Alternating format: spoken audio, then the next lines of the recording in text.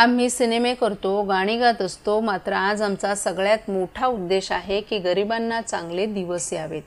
मोदी सरकारनं काही समस्या सोडवल्यात, काही सोडवायच्या आहेत. त्यासाठी आपल्या सर्वांना एकजूट होऊन राज्यात पुन्हा महायुतीचं सरकार आणायचंय. मोदी यांना डबल इंजिनची भेट द्यायची असल्याचं आवाहन सिने अभिनेते मनोज तिवारी यांनी केले.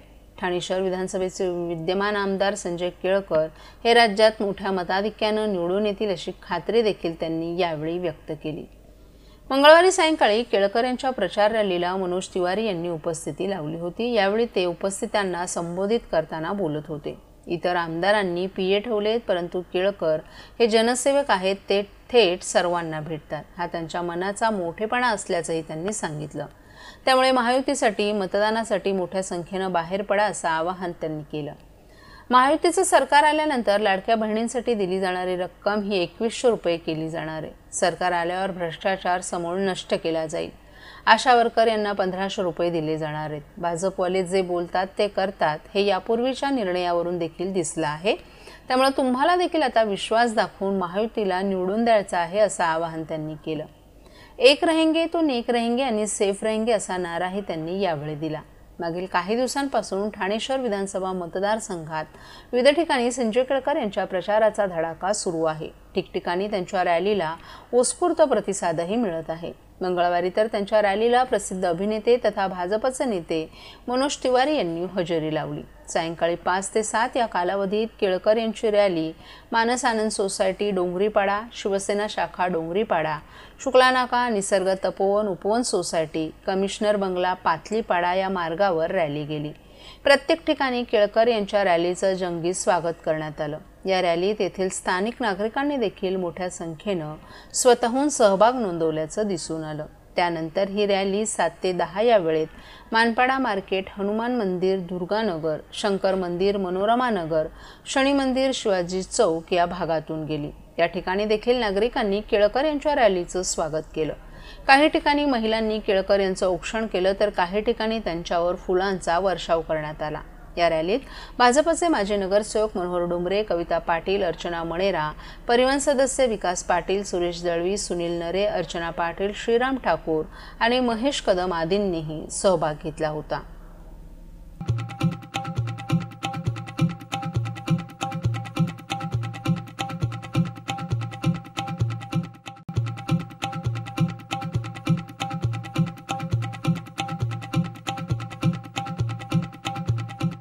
CP Goenka International School, nurturing talent at young age for scholastics, sports and performing arts in global perspective.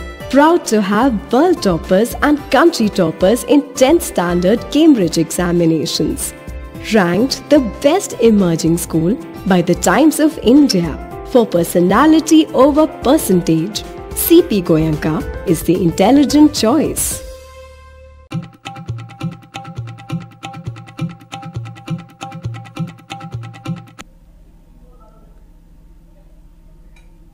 काही जण स्वतःला विकास पुरुष म्हणून घेण्यासाठी काँक्रीटचे रस्ते आणि बिल्डरांना फायदा करून देणारी धोरणं राबवत आहेत. मात्र सर्वसामान्य गरीब कुटुंबातील तरुणांना कोपरी, पाचपाकाडे आणि ठाणे शहरात मागील काही वर्षात ते रोजगाराच्या संधी उपलब्ध करून देऊ शकले नाहीत. राज्याच्या सर्वोच्चपदी जाऊनही त्यांना या भागात रोजगाराच्या संधी आणता आल्या नाहीत. त्यामुळे सर्वसामान्यांच्या हिताचे निर्णय घेण्यात ते पूर्णपणे अपयश असून असं नेतृत्व ठाणेकरांनी या निवडणुकीत राजकीय पटलावरून हद्दपार करावं असं आवाहन शिवसेना ठाकरे गटाचे महाविकास आघाडीचे उमेदवार केदार दिघे यांनी मतदारांना केलं आहे.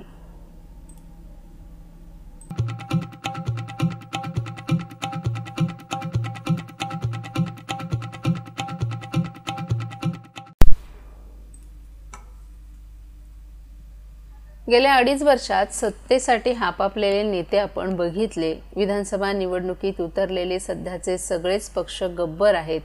तेव्हा ही उत्तम संधी आहे. मिळेल तिकडून घ्या, चंगळ करून घ्या, मात्र तुमचं अमूल्य मत मनसेलाच द्या असं आवाहन मनसे अध्यक्ष राज ठाकरे यांच्या पत्नी शर्मिला ठाकरे यांनी ठाणेकरांना केले. ठाणे शहर विधानसभा मतदारसंघातील महाराष्ट्र नवनिर्माण सेनेचे अधिकृत उमेदवार अविनाश जाधव ओळा माजिवड्यातील संदीप पाचंगे आणि मुंब्रा-कळवा मतदारसंघातील सुशांत सूर्यराव यांच्या प्रचारार्थ मंगळवारी सायंकाळी शर्मिला ठाकरे यांच्या ठाण्यात 4 विविध ठिकाणी चौक सभा पार पडल्या। यावेळी चौक सभेत बोलताना त्यांनी जाहीरपणे हे भाष्य केलं। कुणावरही टीका करायची नाही असं सांगून त्यापुढे देशाला स्वातंत्र्य मिळून 75 वर्ष झाली, यातील 40 ते 45 वर्ष काँग्रेस आणि सहयोगी पक्ष सत्तेवर तर काही वर्ष भाजपा शिवसेना देखील सत्तेत असल्याचं सांगितलं। शिवसेना तर 46,000 कोटींचं बजेट असलेल्या मुंबई महापालिकेवर गेली 25 वर्ष सत्तेत होती, तरी अगदी साध्या सुविधाही नागरिकांना देऊ शकत नाही। ज्या आहेत त्या मूलभूत सुविधांचाही पुरता बोजवारा उडालेला आहे। मुंबईत SRAची घरं म्हणजेच अक्षरशः कोंबड्यांची खुराडी बनली आहेत। या राजकारण्यांची भूक किती असू शकते, कुठेतरी थांबा, अशी शेलकी टीकाही शर्मिला ठाकरे यांनी केली। वास्तविकतः मूल जन्मतःच त्याच्या नोंदीवरून लोकसंख्येची कल्पना येते। त्यानुसार भविष्यात लागणाऱ्या आरोग्य, शिक्षण आदी सोयी सुविधा आपण का निर्माण करू शकत नाही, तसा सवाल करून शर्मिला ठाकरे यांनी सरकारची इच्छाशक्तीच नसल्याची खंतही व्यक्त केली। कोविड काळात महाराष्ट्र नवनिर्माण सेना आणि महाराष्ट्र सैनिक अविरत काम करीत होतो आणि तेव्हाचे मुख्यमंत्री घरात बसले होते। फक्त 2 वेळाच मंत्रालयात गेल्याची आठवण जागून शर्मिला ठाकरे यांनी उद्धव ठाकरे यांनाही टोला लगावला। कोविड काळात आम्ही सर्वांना भेटत होतो, हे मात्र भेटायला येणाऱ्याच्या नाकात काड्या घालून तपासल्यानंतरच भेट देतोय, असंही त्यांनी सांगितलं। जसं अमित हा साहेबांचा मुलगा आहे, तसंच दुसऱ्या मुलाप्रमाणे अविनाश जाधव याच्यावरही प्रेम आहे। त्यांचा आशीर्वाद आणि शुभेच्छा आमच्यासाठी महत्त्वाच्या आहेत। अविनाश जाधव 24 तासात काम करतो। या भागातील आमदार 10 वर्षात दिसला का अविनाश जाधव यांच्या पाठीशी उभे राहा, आपण विश्वास देतो तुमचं मत फुकट जाणार नाही। येणाऱ्या 20 तारखेला मतदान करा। 365 दिवस अविनाश जाधव तुमच्यासाठी उपलब्ध असेल असा विश्वास यावेळी मनसेचे नेते अभिजित पानसे यांनी व्यक्त केला।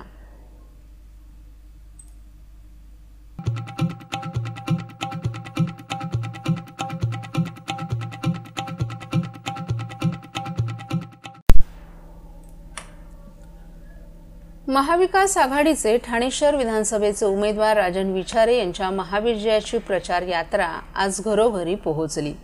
शिवसेनेचे निष्ठावंत उमेदवार राजन विचारे यांच्या स्वागतासाठी चौकाचौकात जोरदार मोठी गर्दी झाली होती। सर्वांचा एकच नारा होता, आम्ही सारे राजन विचारे, शिवसेना जिंदाबाद, उद्धव ठाकरे आगे बढो, कोणाला रे कोणाला, ओरिजिनल शिवसेनेचा वाघ आला, अशा घोषणांनी प्रचार यात्राही दणाणून गेली होती। ठाणे शहर हे शिवसेना आणि महाविकास आघाडीचा गड असून गेल्या अनेक वर्षात या मतदारसंघाचं नेतृत्व शिवसेनेनं केले। ठाण्याचे दिवंगत जिल्हाप्रमुख धर्मवीर आनंद दिघे यांच्या नेतृत्वाखाली या भागात शिवसेनेचे खासदार आमदार निवडून आले होते। मात्र गेल्या 2.5 वर्षांपूर्वी शिवसेनेची गद्दारी करून भाजपच्या बुडाखाली गेलेल्या मिंधे गटानं शिवसैनिकांमध्ये फूट पाडल्याचा संताप ठाणेकर व्यक्त करत असल्याचंही यावेळी सांगण्यात आलं। वर्ष या ठाणे शहराची मी सेवा करतोय, विविध पदं भूषवलेली आहेत। मी नगरसेवक होतो, आमदार होतो, खासदार होतो आणि हे सर्व कोणाच्यामुळे मिळालं, या ठाणेकरांच्या मुळेच मला मिळालं असं मी समजतो। आणि मला विश्वास आहे गेली 10 वर्षामध्ये जी काही केलेली कामं आहेत, या ठाणे शहराच्या विकासामध्ये जे काय योगदान दिलेले आहे, ते ठाण्याचं नवीन रेल्वे स्टेशन ठाणे आणि मुलुंडच्या दरम्यानचं या ठिकाणी साकार होते आणि त्याचबरोबर ठाणे रेल्वे स्टेशनचं जे पहिली रेल्वे या ठिकाणी धावली ते ठाण्याचं ऐतिहासिक स्टेशन, त्या ठिकाणी आपण मल्टी मॉडेल ट्रान्झिट हब या ठिकाणी एअरपोर्टच्या धर्तीवरती हा संबंध विकसित करणार आहोत। त्याला मंजुरीसुद्धा मिळाली आहे, त्या काही दिवसांमध्ये काम सुरू होणार आहे।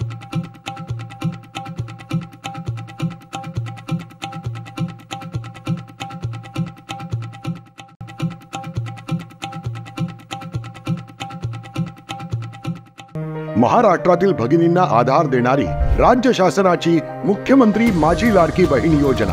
या योजनेअंतर्गत अल्प उत्पन्न गटातील 21 ते 65 वयोगटाच्या भगिनींना मिळणार दरमहा 1500 रुपयांची मदत। अर्ज करण्यासाठी 31 ऑगस्ट 2024 पर्यंत मुदतवाढ। कुटुंबाचं वार्षिक उत्पन्न 2.5 लाख रुपयांपेक्षा कमी असलेल्या महिला पात्र।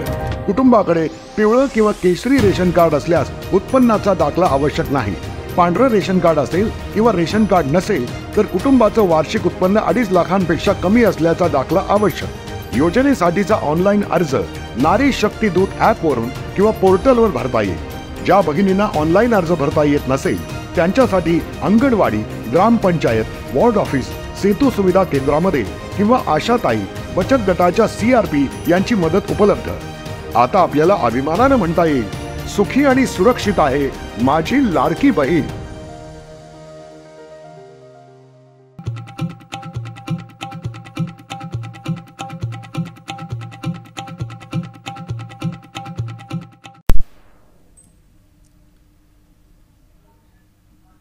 महायुतीचं सरकार निर्णय घेणारं सरकार आहे। यासाठी महायुतीचं सरकार हवं याकरिता येत्या 20 तारखेला महायुतीचे उमेदवार नजीमुल्ला यांच्या घड्याळासमोरील बटन दाबून त्यांना प्रचंड मतांनी विजयी करा असं आवाहन मुख्यमंत्री एकनाथ शिंदे यांनी केलं आहे। ठाण्याचा मुख्यमंत्री असल्यानं ठाणे जिल्ह्यात विकासाला पैसे कमी पडू दिले नाहीत। कल्याण लोकसभा क्षेत्रातील ज्यामध्ये मुंब्रा कळवा विधानसभा मतदारसंघ येतो इथल्या विकास कामांसाठीही 5,000 कोटींचा निधी आणला।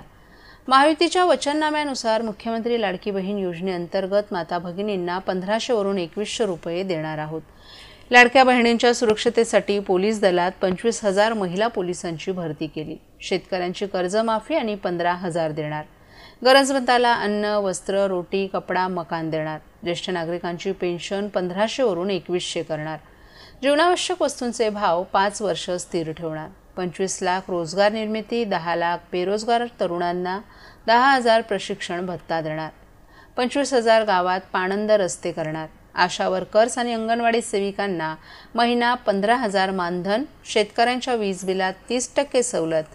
सरकार स्थापनेनंतरच्या 100 दिवसात विजन महाराष्ट्र 2028 जाहीर करणार। टोरंट बंद करणार। हे महायुतीचं सरकार निर्णय घेणारं सरकार आहे। ठाणे जिल्हा हा महायुतीचा आणि धर्मवीर आनंद दिघे यांचा बालेकिल्ला आहे। या ठाणे जिल्ह्यातील कळवा मुंब्र्यावर दिघे यांनी प्रेम केलं। इथे युतीचे मतदार राहतात। नजीब हा तरुण आहे, ठाण्याचा सुपुत्र आहे, कोकणी मराठी माणूस आहे, अभ्यासू आहे। ठाणे महापालिका त्यानं गाजवली आहे। आता विधानसभा गाजवण्यासाठी विधानसभेत पाठवायचं आहे। त्यामुळे येत्या 20 तारखेला महायुतीचे उमेदवार नजीमुल्ला यांच्या घड्याळासमोरील बटन दाबून त्यांना प्रचंड मतांनी विजयी करा असं आवाहन मुख्यमंत्री एकनाथ शिंदे यांनी यावेळी केलं।